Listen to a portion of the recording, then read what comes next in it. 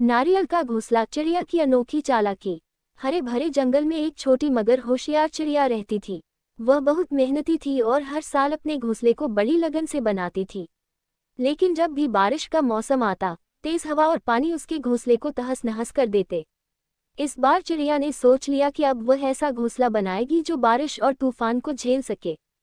चिड़िया ने जंगल में इधर उधर देखा और तभी उसकी नज़र एक मजबूत नारियल पर पड़ी। अगर मैं इस नारियल को घोंसले में बदल दूं, तो ये सबसे मजबूत घर होगा, उसने सोचा। लेकिन समस्या ये थी कि नारियल बहुत भारी था और उसे खोखला करना आसान नहीं था।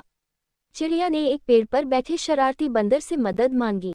बंदर ने आंखें चमकाते हुए कहा, मैं तुम्हारी मदद कर सकता हूँ, लेकिन बदले में मुझे तुम्हारे अंडों में से एक देना होगा। चिड़िया ये सुनकर हैरान रह गई। क्या वह अपने अंडे की बलि दे सकती थी? उसे लगा कि बंदर पर भरोसा नहीं किया जा सकता, इसलिए उसने मन ही मन एक और तरकीब सोची। बंदर की शर्त ठुकराकर चिड़िया ने बुद्धिमान हाथी से मदद मांगी। हाथी ने अपनी सूंड से नारियल को उठाया और जोर से पत्थर पर दे मारा। नारियल टूट गया और अंदर से मीठा पानी और सफेद गूदा निकल आया। ये देखकर जंगल की चालाक लोमड़ी वहां पहुंच गई। उसने कहा, अगर तुम इस नारियल को घोंसला बनाना चाहती हो, तो मुझे इसके अंदर का सारा गूदा खाने दो। अब चिड़िया दुविधा में थी। उसे नारियल खोखला तो करना था, लेकिन क्या लोमड़ी पर भरोसा किया जा सकता था? चिड़िया ने एक चाल चली। उसने लोमड़ी से कहा, अगर तुम सच में मेरी मदद करना चाहती हो, तो पहले ही वादा करो कि तुम मेरे घोंसले को कभी नुकसान नहीं पहुंचाओगी। लोमड़ी हंसते हुए बोली, ठीक है, मैं कसम खाती हूँ। बस फिर क्या था, चिड़िया ने लोमड़ी को नारियल का गूदा खाने दिया और कुछ ही समय में नारियल पूरी तरह खाली हो गया। अब वह उसमें आराम से अपने तिनके जमा सकती थी। जंगल के सभी पक्षी और जानवर आश्चर्य में पड़ गए जब उन्होंने देखा कि चिड़िया ने नारियल के अंदर एक मजबूत, बारिश और तूफान प्रूफ घोंसला बना लिया था। अब न तो तेज हवा से उसका घोंसला गिर सकता था, न ही बारिश में भीग सकता था। और सबसे मजेदार बात, जब तूफान आता तो वह नारियल के अंदर आराम से सो सकती थी, जबकि बाकी चिड़ियों को परेशान होना पड़ता। सीख, कभी भी जल्दी में किसी से गलत सौदा मत करो। बंदर की चाल को ठुकरा कर सही समय पर सही मदद मांगना जरूरी है। हाथी और लोमड़ी का इस्तेमाल। बुद्धिमानी से सोचने वाला सबसे मजबूत होता है। चिड़िया की चालाकी। और इस तरह चिड़िया का अनोखा नारियल का घोंसला जंगल में मशहूर हो गया।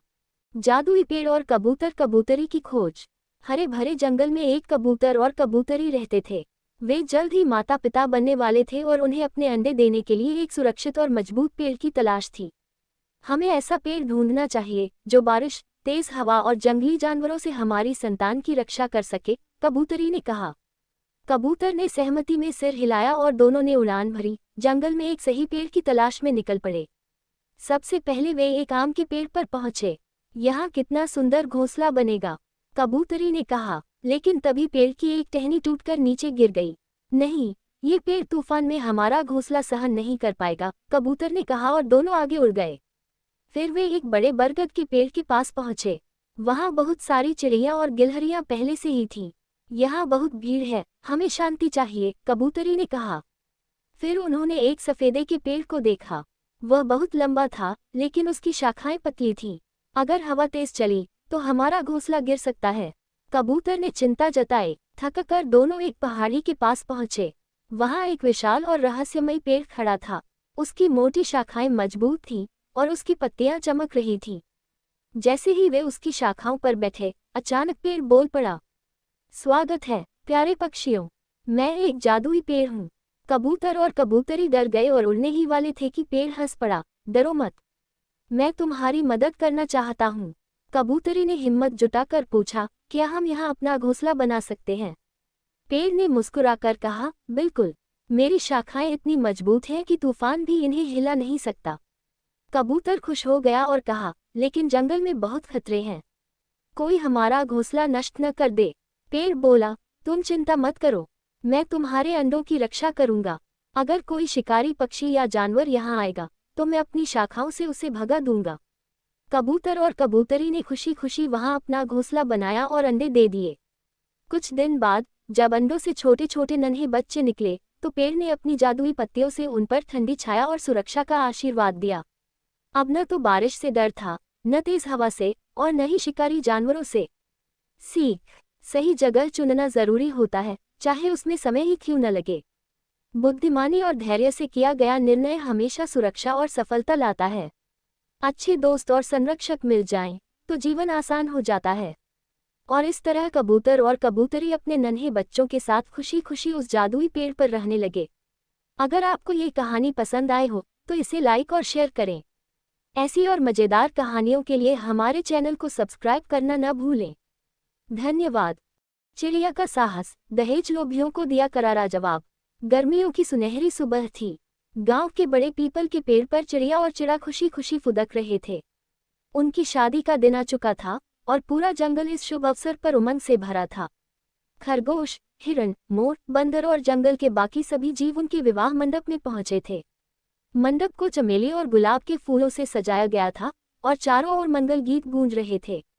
जैसे ही विवाह की रस्में शुरू हुईं, चिड़े के घरवाले अचानक दहेज की मांग करने लगे। चिड़े के पिता, जो बहुत ही लालची थे, बोले, हमारा बेटा इतना सुंदर और बुद्धिमान है, हमें सोने की चेन, कुछ चावल के दाने और जंगल के सबसे बड़े वृक्ष पर रहने के लिए जगह चाहिए। चिड़िया ये सुनकर अवाक रह गई। उसने सोचा कि जिस चिड़े को वह अपना जीवन साथी मान चुकी थी, वह और उसके परिवार वाले इतने स्वार्थी कैसे हो सकते हैं। चिड़िया ने अपने माता पिता की ओर देखा, जो चिंता में डूबे हुए थे। कुछ पल की चुप्पी के बाद चिड़िया ने दृढ़ता से कहा, मुझे ऐसा जीवन साथी नहीं चाहिए जो मेरे माता पिता को परेशान करे और शादी को व्यापार समझे। मैं अपने स्वाभिमान से समझौता नहीं कर सकती। यह विवाह यही समाप्त होता है। पूरे जंगल में सन्नाटा छा गया। चिड़े के परिवार ने चिड़िया को मनाने की बहुत कोशिश की, लेकिन चिड़िया अपनी बात पर अडिग रही। उसने सबके सामने ऐलान किया, मेरा जीवन साथी वही बनेगा जो मुझे और मेरे परिवार को सम्मान देगा, न कि दहेज की मांग करेगा। ये सुनकर जंगल के सभी पक्षी और जानवर तालियां बजाने लगे। उन्होंने चिड़िया के साहस की सराहना की। चिड़िया ने यह साबित कर दिया कि स्वाभिमान से बढ़कर कुछ नहीं होता। कुछ समय बाद चिड़िया को एक ऐसा साथी मिला जो सच्चे प्रेम और सम्मान में विश्वास रखता था। उन्होंने बिना किसी दिखावे और लालच के विवाह किया और खुशी खुशी जीवन बिताया। इस घटना के बाद जंगल में एक नया नियम बना, जहां दहेज होगा वहां विवाह नहीं होगा। और इस तरह चिड़िया की हिम्मत ने पूरे जंगल को एक नई सीख दी।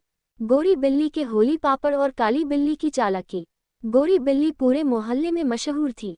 उसकी सफ़ेद, मुलायम फर और चमकती आंखें सबका ध्यान खींच लेती थीं।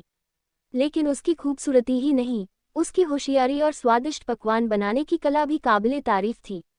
इस बार होली पर उसने ठान लिया कि वो सबसे बेहतरीन पापड़ बनाएगी, ताकि पूरे मोहल्ले में उसकी तारीफ हो। गोरी बिल्ली ने बड़े मन से उड़द की दाल भिगोई, मसाले तैयार किए और आटे को अच्छे से गूंथकर पापड़ बेलने लगी। उसकी खुशबू पूरे गली में फैल गई। हर कोई कह रहा था, वाह, इस बार गोरी बिल्ली के पापड़ जरूर कमाल के होंगे। लेकिन काली बिल्ली को ये बिल्कुल भी पसंद नहीं था। उसे पहले ही जलन होती थी कि हर जगह गोरी बिल्ली की ही तारीफ होती है। उसने सोचा, अगर इसके पापड़ खराब हो जाएं, तो इसकी सारी मेहनत बेकार हो जाएगी और कोई इसकी तारीफ नहीं करेगा।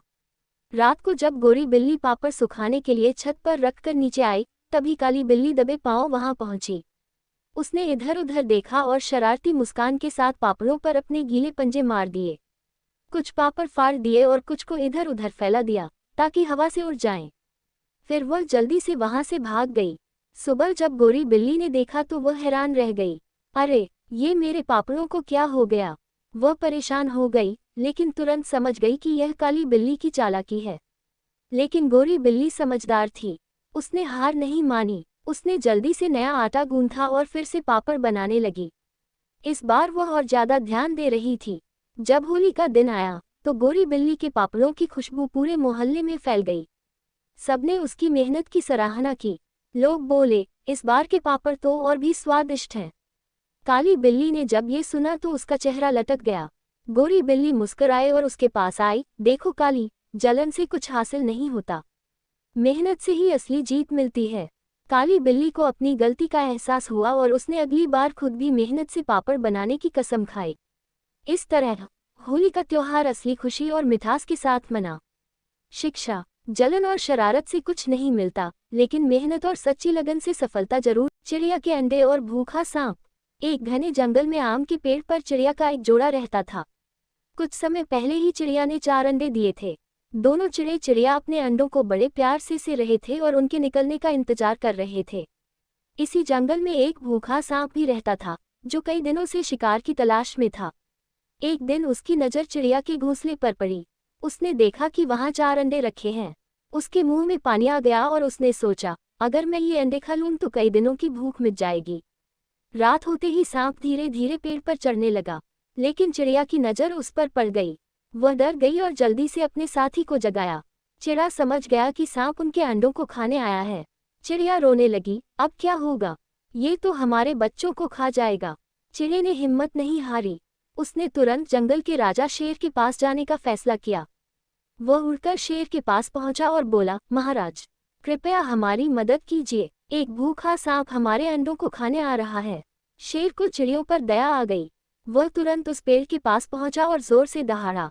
उसकी गर्जना सुनकर सांप डर गया और तुरंत नीचे उतरकर भाग गया। चिड़िया और चिड़ा खुशी से झूम उठे। उन्होंने शेर को धन्यवाद दिया और अपने अंडों को सुरक्षित पाया। कुछ दिनों बाद उन अंडों से प्यारे प्यारे बच्चे निकले। शिक्षा: इस कहानी से हमें ये सीख मिलती है कि मुसीबत आने पर घबराना नहीं चाहिए, बल्कि सूझबूझ से काम लेना चाहिए। सही समय पर सही निर्णय लेने से किसी भी मुश्किल का हल निकाला जा सकता है। बतख की भूतिया हवेली। एक समय की बात है। एक शांत झील के किनारे एक पुरानी जर्जर हवेली थी, जिसे लोग डूबती हवेली कहते थे। कहा जाता था कि यह हवेली कभी एक अमीर जमींदार की थी, लेकिन एक भयानक तूफान के बाद वह और उसकी पूरी संपत्ति झील में समा गई। तब से यह हवेली वीरान थी और लोग कहते थे कि यहाँ अजीब अजीब आवाजें आती हैं। झील में बहुत सारे पक्षी रहते थे, लेकिन सबसे अनोखी थी चंपा बतख। वह सफ़ेद और सुनहरी पंखों वाली सुंदर बतख थी, पर बाकी पक्षियों से अलग। उसे डर नहीं लगता था। वह हमेशा नई जगहों की खोज में रहती थी। जब उसने हवेली के बारे में सुना तो उसकी जिज्ञासा बढ़ गई। सबने उसे वहां जाने से मना किया, पर वह नहीं मानी। एक रात जब पूरा जंगल सो रहा था, चंपा चुपचाप उड़कर हवेली की टूटी खिड़की से अंदर चली गई। अंदर सब कुछ धूल से भरा था। पुराने झूमर जाले से लटके थे और हवा के झोंकों से दरवाजे अपने आप हिल रहे थे। अचानक उसे एक ठंडी हवा का झोंका महसूस हुआ। कौन है? चंपा ने हिम्मत करके पूछा। तभी एक धीमी कराहती हुई आवाज गूंजी। तुम यहाँ क्यों आए हो? चंपा का दिल तेजी से धड़कने लगा, लेकिन वह डरी नहीं। उसने चारों ओर देखा, पर कोई नहीं था। तभी उसे एक परछाई दिखाई दी। एक पुरानी तस्वीर के पीछे से एक नीली रोशनी निकल रही थी। चंपा ने हिम्मत करके पास जाकर तस्वीर हटाई। तस्वीर के पीछे एक छोटी खिड़की थी, जो झील के अंदर खुलती थी। जैसे ही खिड़की खुली, एक अजीब सी लहर झील से उठी और हवेली के चारों ओर घूमने लगी। अचानक हवेली के अंदर एक बूढ़े बतख की आत्मा प्रकट हुई। उसकी आंखों में गहरा दुख था। तुम कौन हो? चंपा ने पूछा। मैं इस हवेली का पहला मालिक था, आत्मा ने कहा। मैं यहाँ अकेला रह गया था जब तूफान आया और मेरी आत्मा इस हवेली में फंस गई। मैं इस खिड़की को कभी नहीं खोल पाया। चंपा समझ गई कि यह आत्मा किसी को नुकसान नहीं पहुंचाना चाहती थी।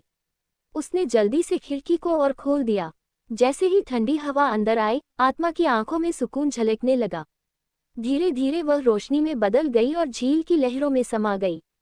अगली सुबह जब सूरज निकला तो हवेली बदली हुई थी। अब वह पहले जैसी डरावनी नहीं लग रही थी। चंपा ने सबको हवेली की सच्चाई बताई और फिर कभी वहां से डरावनी आवाजें नहीं आईं। अब वह जगह पक्षियों के लिए एक सुंदर आश्रय बन गई थी। हवेली की भूतिया कहानियां तो खत्म हो गईं, लेकिन चंपा बतख की बहादुरी की कहानी जंगल में हमेशा सुनाई जाती रही। शिक्षा: डर से भागने के बजाय अगर हम सच्चाई का सामना करें तो हमें असली रहस्य का पता चल सकता है। अगर आपको ये कहानी पसंद आए हो तो इसे लाइक और शेयर करें। ऐसी और मज़ेदार कहानियों के लिए हमारे चैनल को सब्सक्राइब करना न भूलें। धन्यवाद।